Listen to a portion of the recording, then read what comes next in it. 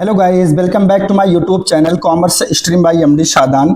Guys, जैसा कि आप सभी लोगों को पता, हम लोग क्लास 12th अकाउंटेंसी का जो चैप्टर नंबर 4 है दैट इज रिटायरमेंट और डेथ ऑफ पार्टनर, इसके बारे में हम लोग पढ़ रहे थे। लास्ट वीडियो में गाइस हमने पढ़ा था गेनिंग एंड न्यू रेशियो से रिलेटेड क्वेश्चंस हमने अटेम्प्ट किए थे, और दूसरा जो टॉपिक था अकाउंटिंग ट्रीटमेंट ऑफ गुडविल, इससे रिलेटेड हमने क्वेश्चंस किए थे। तो अभी ये जो टॉपिक है हमने वैसे तो फाइनली तो फिनिश कर लिया, लेकिन इससे रिलेटेड आगे भी क्वेश्चंस आएंगे। ऐसा नहीं है कि अब क्वेश्चंस नहीं आएंगे, ठीक है। गेनिंग एंड न्यू रेशियो तो कैलकुलेट करना होगा लगभग सारे क्वेश्चंस में, ठीक है। और अकाउंटिंग ट्रीटमेंट ऑफ गुडविल का भी क्वेश्चंस आगे आएगा। लेकिन आज हम क्या कर रहे हैं, एक नया टॉपिक डिस्कस करने जा रहे हैं, that is revaluation of assets and liabilities. अब guys, revaluation of asset and liabilities क्या होता है, आपको मैंने बताया था, जब कभी भी पार्टनरशिप फर्म का रिकॉन्स्टिट्यूशन होता है। सर, रिकॉन्स्टिट्यूशन का क्या मतलब होता है? तो देखो गाइस, रिकॉन्स्टिट्यूशन मीन्स होता है जब कभी भी जो एग्जिस्टिंग पार्टनर है अगर उनका रेशियो बीच में चेंज हो जाता है, ठीक है, या फिर अगर किसी भी पार्टनरशिप फर्म में एक नए पार्टनर का एडमिशन दिया जा रहा हो, या फिर किसी पुरानी पार्टनरशिप फर्म से कोई एक पार्टनर फर्म को छोड़कर चला जा रहा हो, मतलब पार्टनर्स जो है रिटायरमेंट ले रहा हो, ठीक है। तो इन सारे केसेस में क्या होता है, पार्टनरशिप फर्म का रिकॉन्स्टिट्यूशन हो जाता है। और जब कभी भी पार्टनरशिप फर्म का रिकॉन्स्टिट्यूशन होता है तो उस केस में ये कंपलसरी होता है, कानूनन आपको क्या करना पड़ता है कि फर्म के पास जितनी भी असेट होती हैं और जितनी भी लायबिलिटीज होती हैं उनका रीवैल्यूएशन किया जाता है। रीवैल्यूएशन मींस उनका फिर से मूल्य निकाला जाता है, ठीक है। तो जब भी हम असेट एंड लायबिलिटीज का रीवैल्यूएशन करते हैं तो पहले की कंपैरिजन में और आज की डेट में उसकी जो वैल्यू है उसमें आपस में कंपैरिजन किया जाता है। तो कंपैरिजन में ये मिलता है कि जो असेट्स हैं, ठीक है, उनकी असेट्स या तो पहले के कंपैरिजन में अब या तो फॉल हो जाती है या तो इंक्रीज हो जाती है। उसी तरीके से लायबिलिटीज का जब रिवैल्यूएशन होता है तो लायबिलिटीज पहले की अपेक्षा या तो इंक्रीज हो जाती है या तो डिक्रीज हो जाती है, ठीक है। तो असेट्स की वैल्यू, असेट्स एंड लायबिलिटीज का रिवैल्यूएशन करने के लिए हम एक अकाउंट बनाते हैं जिसको हम रिवैल्यूएशन अकाउंट कहते हैं। तो गाइस, रिवैल्यूएशन अकाउंट आपका कैसे बनेगा? बिल्कुल वैसे बनेगा जैसे आपने पार्टनरशिप वाले एडमिशन ऑफ अ पार्टनर वाले चैप्टर में आपने बनाया था। तो उसमें कोई भी चेंज नहीं है, इसलिए मैं इस वीडियो में आपको फिर से ये नहीं बताऊंगा कि रिवैल्यूएशन अकाउंट का फॉर्मेट क्या होता है, कैसे बनाते हैं, क्योंकि आपको सारी चीजें पहले से ही पता है, ठीक है। और कोई भी चेंजेस नहीं है, बिल्कुल जैसे पिछले वाले चैप्टर में आपने बनाया था रिवैल्यूएशन अकाउंट, बिल्कुल उसी तरीके से इसमें भी आप बनाएंगे, ठीक है। तो आज की इस वीडियो में गाइस देखो, लास्ट वीडियो में हमने क्वेश्चन नंबर 25 तक कर लिए थे। तो आज की इस वीडियो में हम क्वेश्चन नंबर 26 से लेकर के 30 तक करेंगे, यानी कि टोटल 5 क्वेश्चंस आज की इस वीडियो में हम डिस्कशन करने वाले हैं। तो आइए देखते हैं सबसे पहले 26। और ये जो क्वेश्चन है गाइस, ये आपका लास्ट जो टॉपिक हमारा था, यानी कि गेनिंग रेशियो, ठीक है, या फिर न्यू रेशियो, या फिर अकाउंटिंग ट्रीटमेंट ऑफ गुडविल, उससे रिलेटेड है, ठीक है। तो देखो यहाँ पे कह रहा कि X Y and Z are partner sharing profit and losses in the ratio of 3:2:1। तो एक्स वाई और जेड ये तीनों ओल्ड पार्टनर हैं, तो उनका ये ओल्ड रेशियो हो गया, ठीक है। आगे कह रहा है कि Y retires selling his share to X and Z, मतलब वाई का क्या हो रहा है, रिटायरमेंट हो रहा है, और वाई का जो भी शेयर है वो एक्स और जेड को सेल किया जा रहा है, कितने में, टोटल 1,60,000 रुपए में बेचा जा रहा है, ठीक है। आगे कह रहा है कि ₹1 lakh being paid by x, जिसमें से 1 लाख रुपया एक्स के द्वारा पेड किया जाएगा, एंड ₹60,000 बाई जेड, और जो 60,000 है वो जेड के द्वारा किया जाएगा। फिर से मैं समझा रहा हूं इस लाइन का मतलब क्या हुआ। इस लाइन का मतलब ये हुआ कि जो वाई है गाइस, वो क्या कर रहा है, फर्म से रिटायरमेंट ले रहा है, ठीक है। और वाई का जो, अब देखो जाहिर सी बात है, जब वाई का रिटायरमेंट होगा तो वो अपने हिस्से की गुडविल भी लेकर के जाएगा। तो उसकी हिस्से की जो गुडविल कैलकुलेट की गई होगी गाइस, वो कितनी की गई, 1,60,000। अब इस 1,60,000 को कौन कंपनसेट करता है? तो गाइस मैंने बताया था, जो रिमेनिंग पार्टनर होते हैं, जो एग्जिस्टिंग पार्टनर होते हैं, वो क्या करते हैं, कंपनसेट करते हैं। तो वही कह रहा कि इसमें से, यानी 1,60,000 रुपया जो वाई को देना है, उसमें से 1 लाख रुपया being paid by x, 1 lakh रुपया एक्स के द्वारा पेड किया जाएगा, मतलब कंपनसेट किया जाएगा, एंड ₹60,000 बाई जेड, और ₹60,000 किसके द्वारा कंपेंसेट किया जाएगा, जेड के द्वारा, ठीक है। आगे कह रहा है कि the profit for the year after wise retirement is 2,40,000, यानी जब वाई का रिटायरमेंट हो गया, वाई चला गया, उसके बाद 2,40,000 का प्रॉफिट हुआ फर्म को, ठीक है। पास एंट्रीज टू, ए कह रहा कि record the sale of Y share to X and Z, and be distribute the profit between X and Z. तो वाई के रिटायरमेंट के बाद गाइज ये जो प्रॉफिट दिया हुआ 2,40,000 रुपए का, इसको हम डिस्ट्रीब्यूट करेंगे न्यू प्रॉफिट शेयरिंग रेशियो में, ठीक है। तो इसलिए यहाँ पे हमें न्यू प्रॉफिट शेयरिंग रेशियो भी कैलकुलेट करना पड़ेगा। तो आइए देखिए, हमसे क्वेश्चन में जर्नल एंट्री पूछा है, तो जर्नल एंट्री तो ठीक है बाद में कर लेंगे, सबसे पहले हम new and gaining ratio calculate कर लेते हैं। देखो यहाँ पे सोल्यूशन में आप लिखेंगे computation of new and gaining ratio. तो इसमें सबसे पहला कॉलम होता है पार्टनर्स का, तो पार्टनर्स का नाम लिख लेंगे एक्स, वाई और जेड, ठीक है। फिर इसके बाद दूसरा कॉलम होता है ओल्ड रेशियो का, तो पार्टनर्स का ओल्ड रेशियो क्वेश्चन में दिया था गाइस, कितना दिया था 3:2:1 दिया था। तो इसके फ्रैक्शन बनाएंगे, तो एक्स का बनेगा 3/6 और वाई का बनेगा 2/6 और जेड का बनेगा 1/6, ठीक है। अच्छा, रिटायरमेंट कौन ले रहा है, तो गाइज रिटायरमेंट ले रहा है वाई, ठीक है। कौन रिटायरमेंट ले रहा है, वाई, और वाई का शेयर कितना है 2/6, ठीक है, 2/6 है। अब यहाँ पे जो 2/6 है इसको कौन गेन करेंगे, जो रिमेनिंग पार्टनर है, यानी एक्स गेन करेगा और जेड गेन करेगा। अब इस क्वेश्चन में थोड़ा सा ध्यान दीजिएगा। देखो अब तक जो हमने लास्ट क्वेश्चन किया, लास्ट वीडियो में जितने भी क्वेश्चन हमने किए, उसमें क्या होता था कि जो भी रिटायरिंग पार्टनर होता था उसके हिस्से का उसका जो भी हिस्सा होता था वो रिमेनिंग पार्टनर क्या करते थे, उसको आपस में डिस्ट्रीब्यूट कर लेते थे, मतलब कि गेन कर लेते थे। और किस रेशियो में गेन करते थे ये बात क्वेश्चन में दिया रहता था, ठीक है। जैसे मान लो ऐसे कभी कभी कह देता था कि वाई जो है वो फर्म से रिटायरमेंट ले रहा है, ठीक है, 2/6, और वाई के जाने के बाद उसका जो भी शेयर होगा एक्स और वाई इक्वली डिस्ट्रीब्यूट कर लेंगे, या 2:1 में कर लेंगे, 3:2 में कर लेंगे। इस तरीके से क्वेश्चन में बोलता था, लेकिन ऐसा यहाँ पे कुछ नहीं बोल रहा है।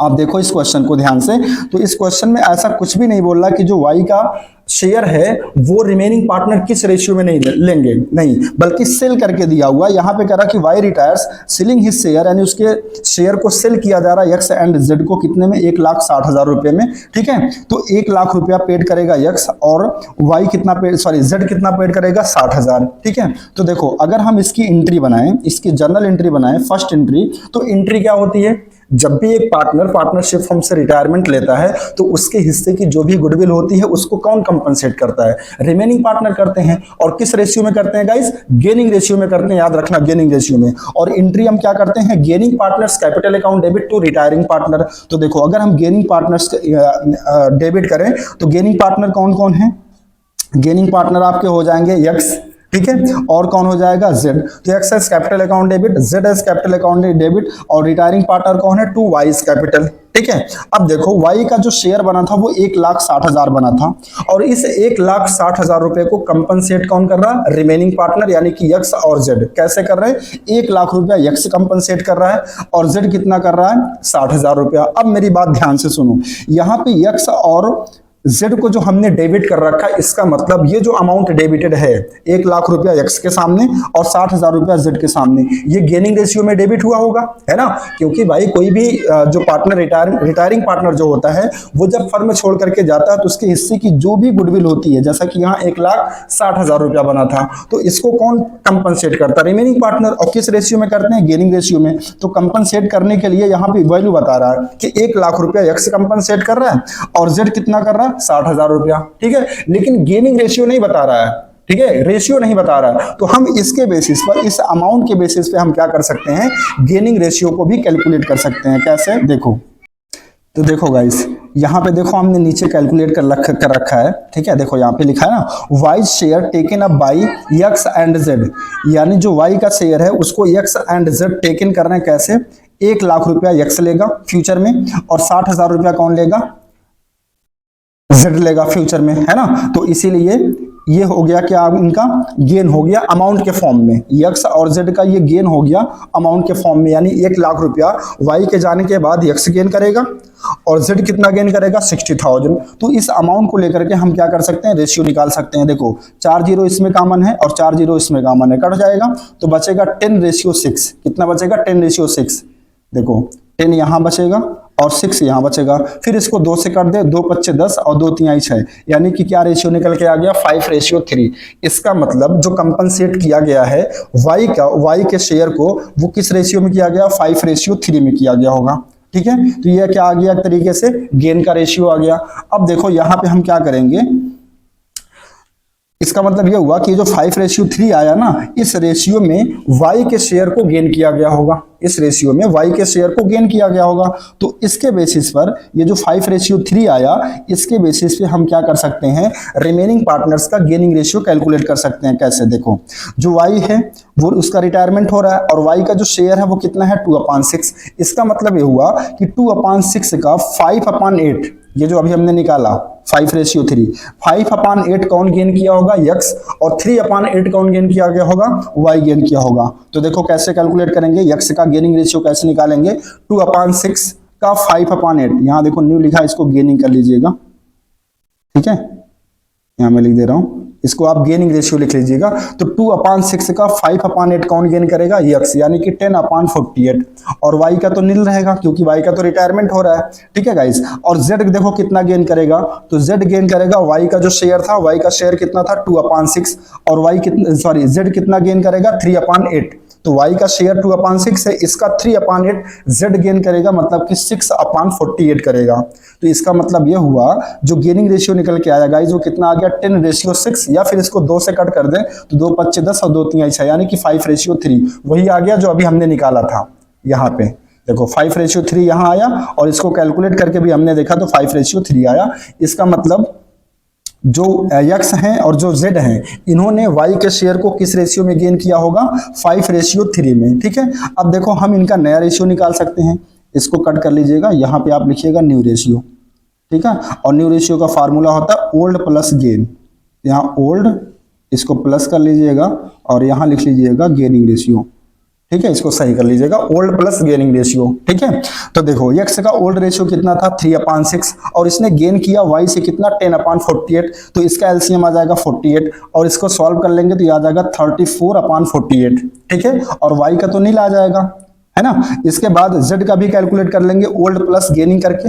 तो देखो z का ओल्ड रेशियो कितना था 1/6, और इसने गेन कितना किया y से 6/48, तो इसका भी एलसीएम आ जाएगा कितना 48, तो इसको सॉल्व कर लेंगे, ये आ जाएगा 14/48, ठीक है। तो इस तरीके से x और z का यानी कि जो रिमेनिंग पार्टनर है उनका न्यू रेशियो आ गया 34:14। फिर इसको 2 से कट कर देंगे तो 2 17 जा 34 और 2 7 जा 14, यानी कि 17:7 आ गया। तो ये क्या हो गया गाइज, ये आपका न्यू रेशियो हो गया, ठीक है। अब ये न्यू रेशियो क्यों हमने निकाला, क्योंकि यहाँ देखो y के रिटायरमेंट के बाद 2,40,000 रुपए का प्रॉफिट दिया था, और इस प्रॉफिट को हम हमेशा बांटते हैं किस रेशियो में, न्यू रेशियो में।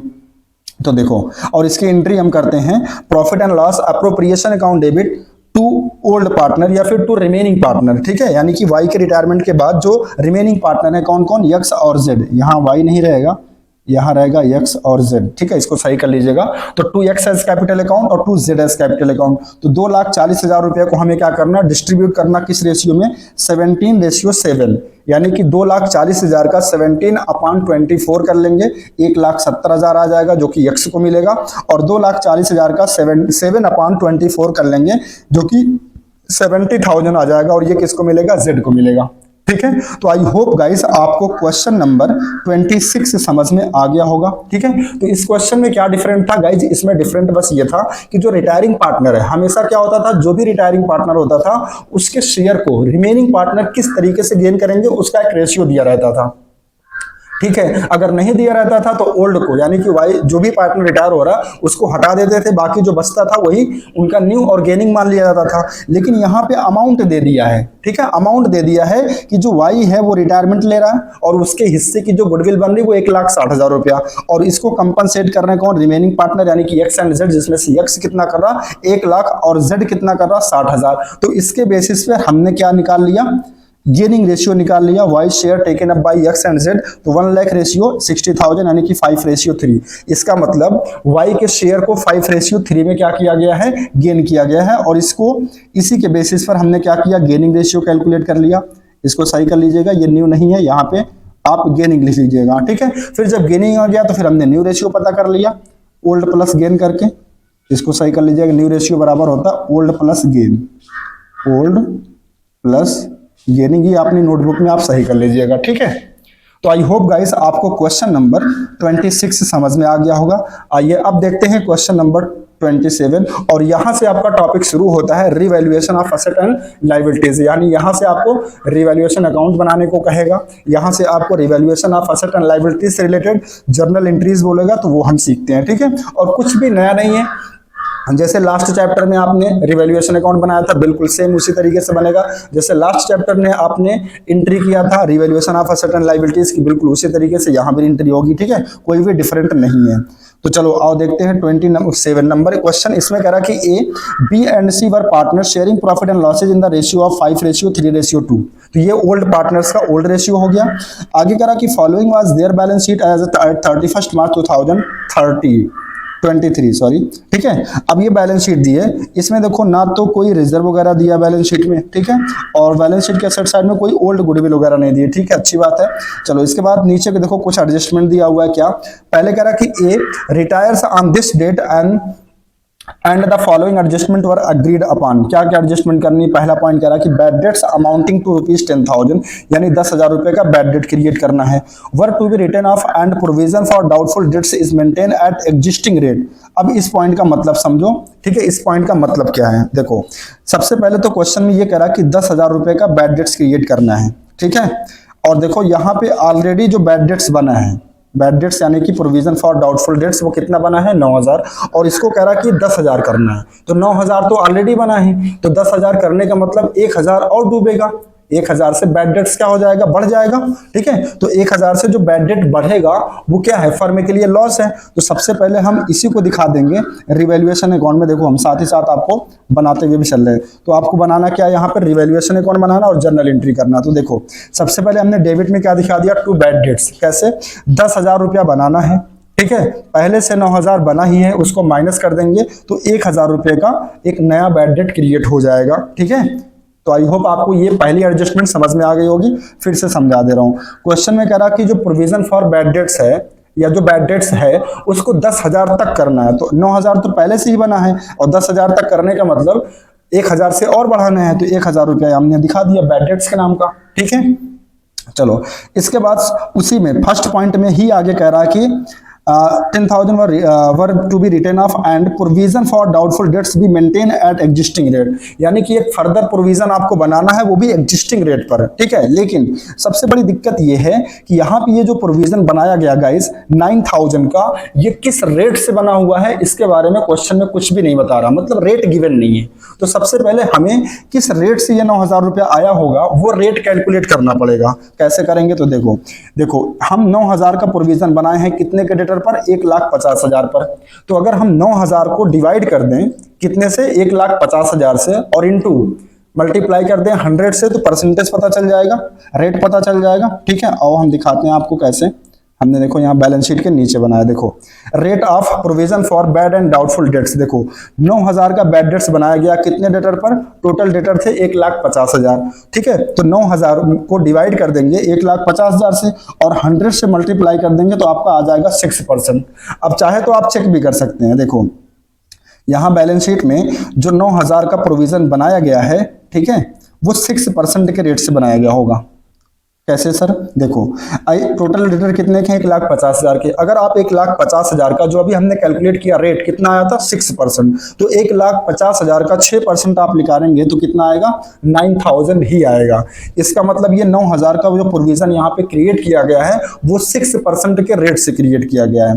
तो वही कह रहा है कि यहाँ पे फर्स्ट पॉइंट में वही कह रहा है कि देखो bad debts amounting to ₹10,000 were to be return off and provision for doubtful debts is maintain at existing rate. Existing rate का मतलब कि ये जो 10,000 का बैड डेट्स हुआ है, अब इसको घटाने के बाद जो रिमेनिंग डेटर बचेंगे उस पे एग्जिस्टिंग रेट यानी कि 6% से ही प्रोविजन बनाना है। तो कैसे बनाएंगे, देखो इसको कैसे बनाएंगे, देखो यहाँ पे देखो मैंने नोट बनाया है, further provision for bad and doubtful dates. देखो टोटल डेटर कितने के थे, 1,50,000 के, इसमें से 10,000 का क्या हो गया, बैड डेट्स हो गया, तो 1,50,000 में से 10,000 डूब गया, तो जो नेट डेटर बचेंगे वो कितने के बचेंगे, 1,40,000 का। अब इस 1,40,000 पे एग्जिस्टिंग रेट यानी कि 6% जितने रेट से पहले बनाया गया था उसी रेट से फर्दर आपको बैड डेट्स क्रिएट करना है। तो 1,40,000 का 6% निकालेंगे तो यह आ जाएगा 8,600 रुपया।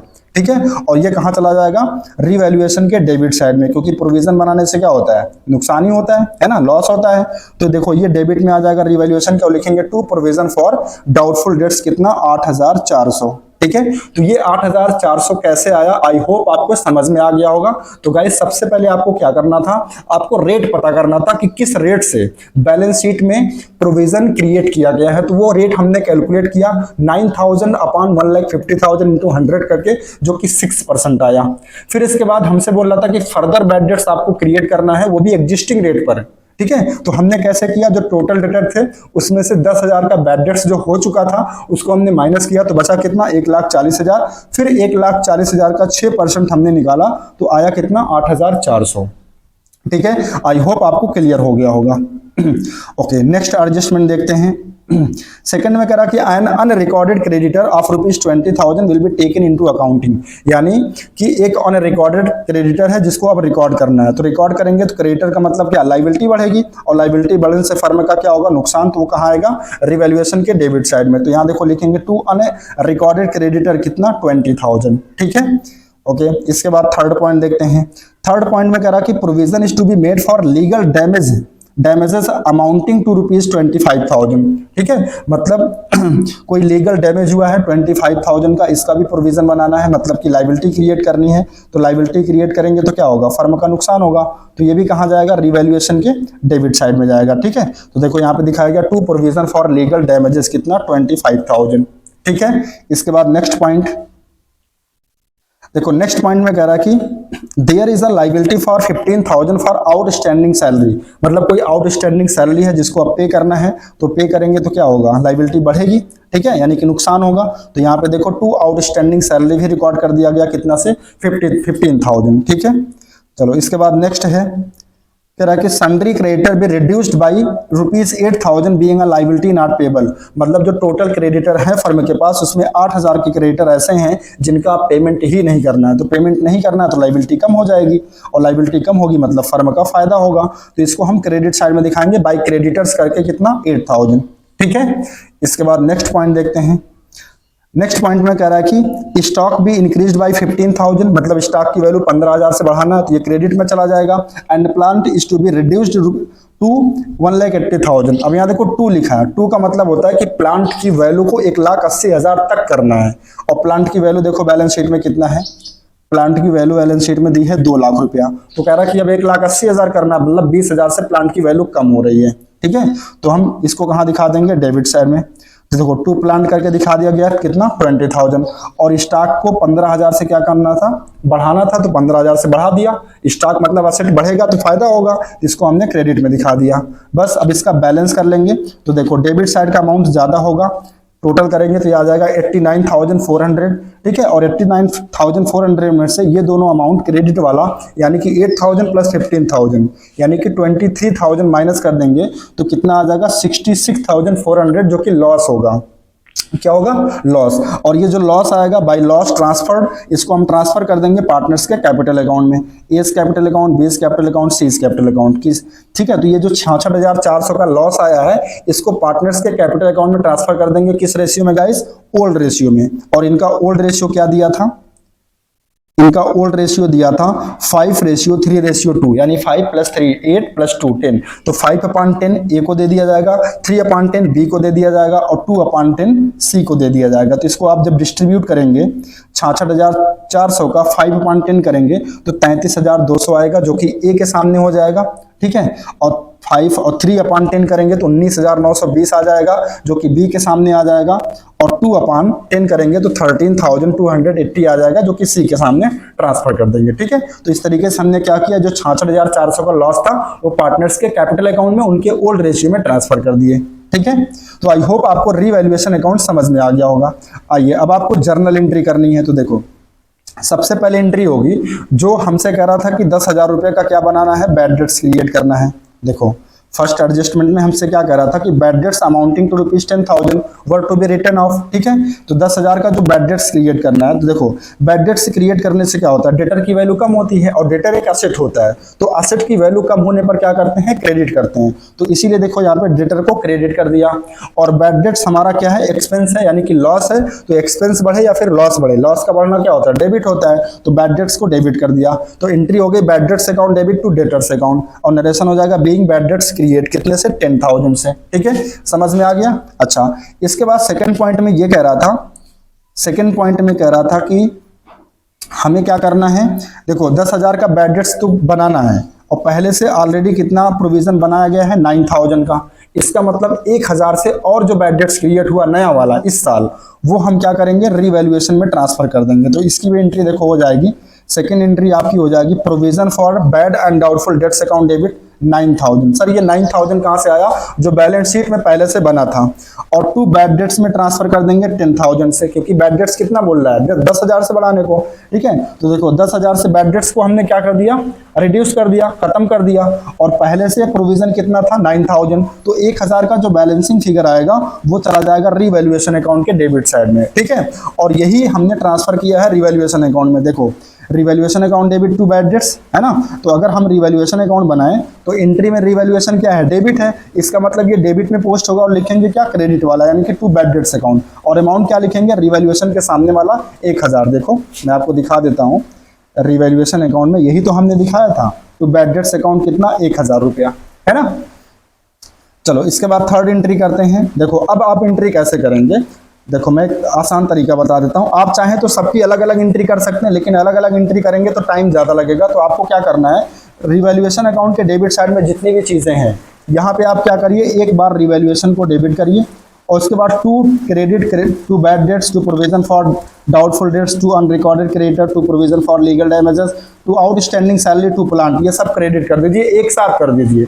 अलग अलग करेंगे तो टाइम लगेगा, वैसे अलग अलग भी कर सकते हैं लेकिन कोई मतलब नहीं है ना। तो आप क्या करिए, एक बार रिवैल्यूएशन को डेबिट करिए, बाकी सबको क्रेडिट कर दीजिए। और जो क्रेडिट साइड में होता है इसको क्या करना है, तो यहाँ सबसे पहले आपको क्या करना है, जितनी भी चीजें रिवैल्यूएशन के क्रेडिट में उन सबको पहले डेबिट कर लीजिए, फिर रिवैल्यूएशन को क्रेडिट कर लीजिए। जैसे देखो ये दो असेट्स आपको ट्रांसफर करनी है रिवैल्यूएशन में, तो इसकी एंट्री हो जाएगी creditors account debit, stock account debit to revaluation account, और लॉस की अलग से कर लेंगे। इसकी एंट्री क्या होगी, A's capital account debit, B's capital account debit, C's capital account debit to revaluation, ठीक है। तो देखो थर्ड एंट्री आपकी हो जाएगी revaluation account debit to bad provision for bad and doubtful debts. अच्छा ये वो वाला है जो नया बैड डेट्स बनाया गया था, ठीक है, जो नया बैड डेट्स एग्जिस्टिंग रेट पर बनाया गया था। देखो यहाँ कह रहा था ना, and provision for doubtful debts is maintain at existing rate, जो कि हमारा कितना आया था, 8,400 आया था, 8,400 आया था। तो इसको भी हम रिवैल्यूएशन के डेबिट में ट्रांसफर किए थे, तो इसकी एंट्री हो जाएगी revaluation account debit to provision for bad and doubtful debts, कितना, 8,400, ठीक है।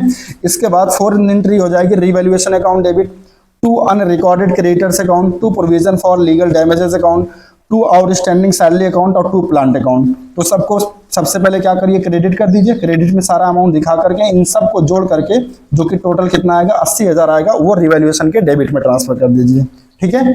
और नरेशन इसका अगर आप लिखना चाहें तो क्या लिख सकते हैं, बीइंग सन्ड्री असेट्स डिक्रीजेस, यानी जितनी भी असेट्स डिक्रीज हुई थी उसको हमने क्रेडिट कर दिया, एंड लाइबिलिटीज इंक्रीजेस, और जो लाइबिलिटी इंक्रीज हुई थी, ठीक है, उसको हमने क्या कर दिया, क्रेडिट। देखो आपको बचपन में ही यानी कि क्लास 11th में ये बात सिखाई गई है कि असेट के डिक्रीज होने पर क्या करते हैं, उसको हम क्रेडिट करते हैं, और लाइबिलिटीज के बढ़ने पर भी उसको हम क्या करते हैं, क्रेडिट करते हैं। तो वही यहाँ पे किया गया, ठीक है।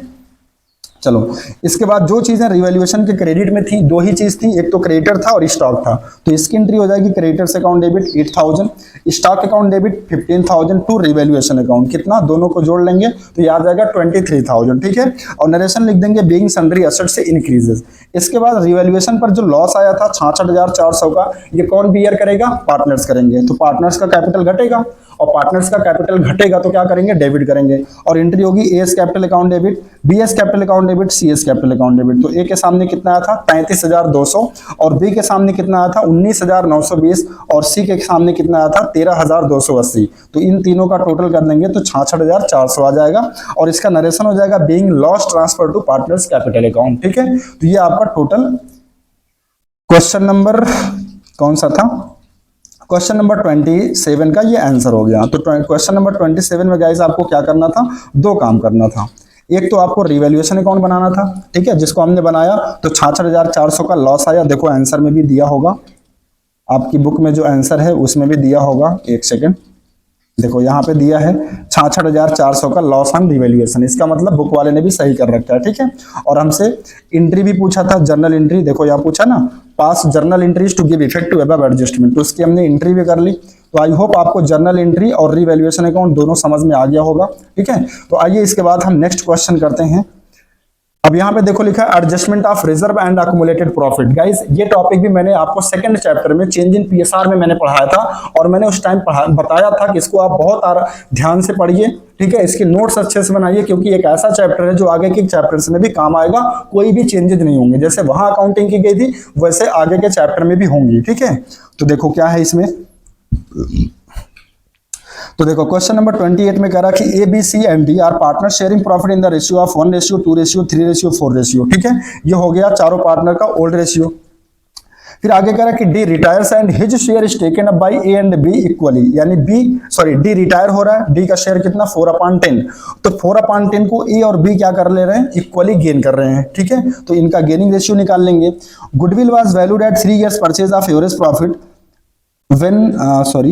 एवरेज प्रॉफिट विच वर ₹20,000, ठीक है। तो देखो पिछले 3 साल का एवरेज दिया हुआ है 20,000, ठीक है। और हमें एवरेज प्रॉफिट से अगर गुडविल निकालनी है तो देखो एवरेज प्रॉफिट 20,000 दिया है, ठीक है। और कैसे निकाला, goodwill was valued at 3 years purchase, यानी number of year purchase price कितना दिया 3, तो 20,000 को 3 से मल्टीप्लाई कर देंगे तो गुडविल का अमाउंट कितना आ जाएगा 60,000, ठीक है। ये 60,000 क्या हो जाएगा, आपका गुडविल का अमाउंट हो जाएगा, okay.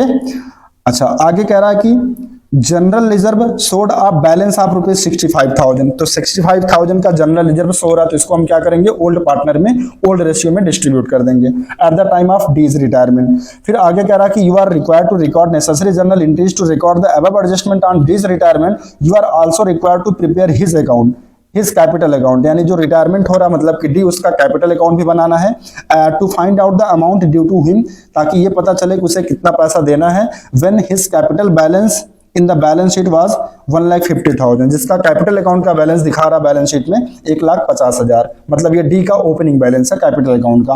Before any adjustment also calculate the new profit sharing ratio, ठीक है। तो काफी चीजें इसमें करनी है। आइए सबसे पहले हम क्या करते हैं, हम निकालते हैं gaining and new ratio partners का, ठीक है।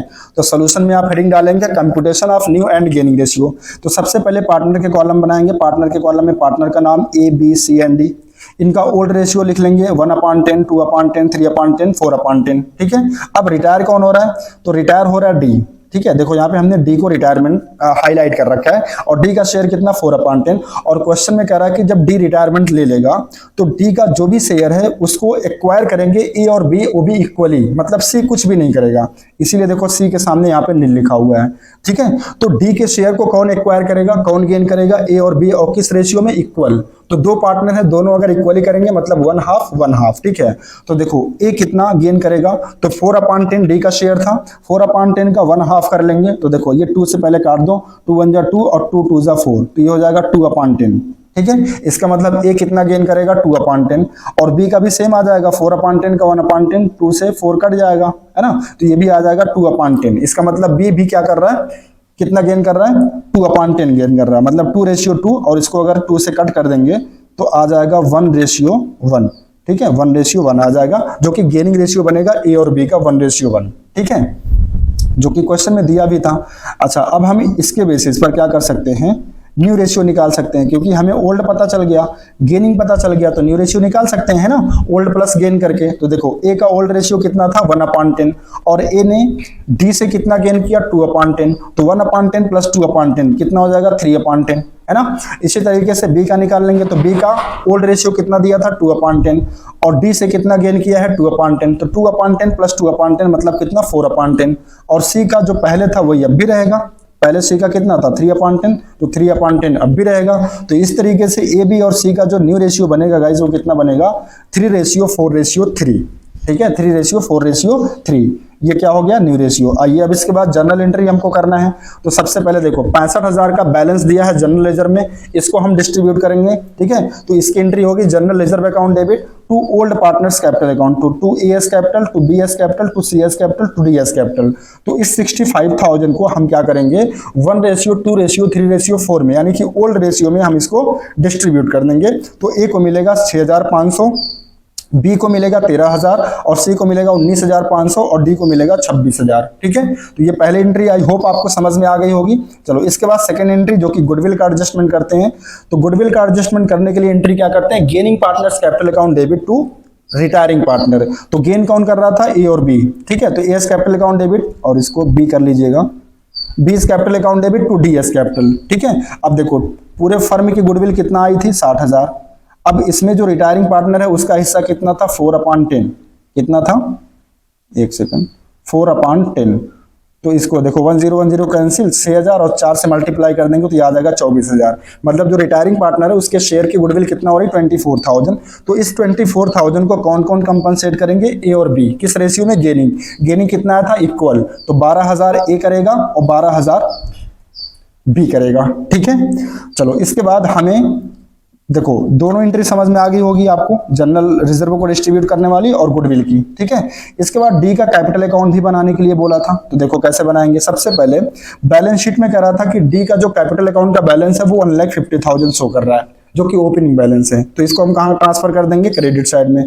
फिर जनरल रिजर्व को बांटा गया था तो डी के हिस्से में कितना आया था, 26,000, वो दिखा दिया गया। फिर इसके बाद ये जो गुडविल वाली एंट्री करे हैं इसकी भी हम पोस्टिंग कर लेंगे। तो देखो इस एंट्री में डी क्या है, क्रेडिट है, तो इसका मतलब क्रेडिट में ही पोस्ट होगा, लेकिन लिखेंगे क्या, डेबिट वाला। यानी बाई एएस कैपिटल 12,000 और by B's capital, by B's capital 12,000। ठीक है, तो देखो वही लिखा हुआ है, बाई एएस कैपिटल 12,000 और बाई बीएस कैपिटल 12,000। बस इसके बाद इनका टोटल कर लीजिए। अब देखो थोड़ा सा चेंज है, जब हम पार्टनर्स कैपिटल अकाउंट एडमिशन में बनाते थे तो जब हम बैलेंस करते थे तो बैलेंसिंग फिगर जो भी आता था उसको हम ट्रांसफर करते थे टू बैलेंस सीडी में। ये ना करते थे, उसके लिए हम क्या लिखते थे, टू बैलेंस सीडी। लेकिन यहां ऐसा नहीं करना, इसमें क्या करना, जो रिटायरिंग पार्टनर है, ये हमने रिटायरिंग पार्टनर का बनाया है तो उसको हमें पैसा देना होगा। ठीक है, अब देखो क्वेश्चन में तो कुछ नहीं बोला है, तो जो रिटायरिंग पार्टनर है मतलब कि डी, इसका हिसाब कितना बना, टोटल 2 लाख रुपया। अब 2 लाख रुपया अगर मान लो क्वेश्चन में कहता कि इसको पेमेंट कर दिया गया तो हम लिखते टू बैंक अकाउंट।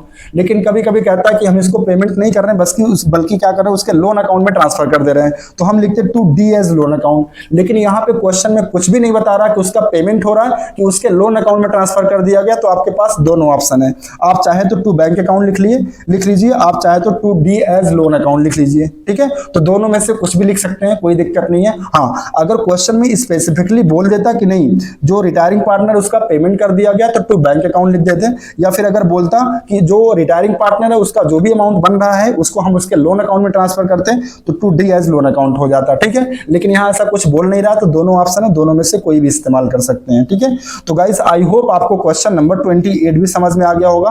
ठीक है, आइए इसके बाद देखते हैं क्वेश्चन नंबर 29। देखो क्वेश्चन नंबर 29 में कह रहा है कि A B C and D are partner sharing profit in the ratio of 4:3:2:2। C retires and the remaining partner decided to share future profit in 5:3:2। तो ये हो गया न्यू रेशियो। ठीक है, रिमेनिंग पार्टनर्स का। On the date of C's retirement there was a debit balance, debit balance का मतलब loss of 30,800 in the profit and loss account, so the necessary general entry for the treatment of profit and loss account balance. मतलब हमको सिर्फ ये जो debit balance दिया ना 30,800 का, इसकी अकाउंटिंग करनी है, इसकी एंट्री करनी है। और हमने बताया था चैप्टर नंबर 2 में कि अगर कोई भी पीएल अकाउंट का डेबिट बैलेंस है तो या फिर क्रेडिट बैलेंस है, दोनों को हम पार्टनर्स के कैपिटल अकाउंट में ट्रांसफर करते हैं। अगर क्रेडिट बैलेंस होता है तो वो पार्टनर्स कैपिटल अकाउंट के क्रेडिट में जाता है, पार्टनर्स का जो कैपिटल अकाउंट है वो बढ़ाते हैं, मतलब उसको क्रेडिट करते हैं। लेकिन अगर डेबिट बैलेंस है तो पार्टनर्स को ही बियर पर करना पड़ेगा, तो उस केस में हम पार्टनर्स के कैपिटल अकाउंट को डेबिट करते हैं और टू पीएल अकाउंट करते हैं। तो यहाँ क्योंकि डेबिट बैलेंस दिया हुआ है तो उसको हम क्या करेंगे, पार्टनर्स के कैपिटल अकाउंट को डेबिट करेंगे और to profit and loss account लिखेंगे। ठीक है, अच्छा यहाँ यहाँ पे गुडविल का ट्रीटमेंट नहीं करना। अगर गुडविल का ट्रीटमेंट करना होता तो यहाँ पे ओल्ड रेशियो भी दिया है, न्यू रेशियो भी दिया है, तो आपको गेनिंग रेशियो भी निकालना होता। लेकिन क्योंकि आपको पता है ये जो डेबिट बैलेंस दिया है इसका ट्रीटमेंट हम इनके ओल्ड रेशियो में करते हैं, तो यहाँ हमें कोई भी जरूरत नहीं है गेनिंग रेशियो कैलकुलेट करने की। तो बस आपको सिंपल से एक एंट्री करनी है, क्या, old partners capital account debit to profit and loss account. तो ओल्ड पार्टनर कौन है, ए, बी, सी और डी, और to profit and loss account. Profit and loss account का डेबिट बैलेंस कितना दिया था, 30,800। अब इसको बांट देंगे इनके पीएसआर में। पीएसआर कितना था, 4321, तो 437 प्लस 2 9 और प्लस 1 10, तो 4/10 निकाल लेंगे तो 11,200 आ जाएगा, जो कि ए के सामने होगा। ठीक है, 3/10 कर लेंगे 30,800 का, तो 8,400 आ जाएगा, जो कि बी के सामने आ जाएगा। और 30,800 का 2/10 करेंगे 5,600 आ जाएगा, और 1/10 कर लेंगे तो ये 5,600 आ जाएगा। एक सेकेंड, 2 है लास्ट में, 2 है, 4322 है, ये 1 नहीं है, 2 है, तो इसका मतलब 4/11, 3/11, 2/11 और 2/11। ठीक है, तो इस रेशियो में आप बांटेंगे तो 11,200 ए के सामने आएगा, 8,400 बी के सामने आ जाएगा, और सी के सामने 5,600 और डी के सामने सेम 5,600 आ जाएगा। ठीक है, तो बस इतना सा ही इसमें करना था। तो ये तो पिछले यानी कि लास्ट का जो दूसरा चैप्टर था हमने पढ़ा था उसका क्वेश्चन था एक तरीके से। ठीक है, चलो आई होप आपका रिवीजन भाई हो गया होगा। चलो आज का लास्ट क्वेश्चन देखते हैं, दैट इज क्वेश्चन नंबर 30। देखो इसमें कह रहा कि A, B and C are partner sharing profit and losses in the ratio of 2:2:1। ये ओल्ड रेशियो हो गया। A retires and the new ratio between B and C is agreed 3:2। ठीक है, तो एक रिटायर होने के बाद बी और सी का न्यू रेशियो दिया है। Give journal entries on A's retirement in the following cases. Investment fluctuation reserve दिया है इन द बुक्स एट ₹50,000, मतलब रिजर्व में आईएफआर में कितना है 40,000।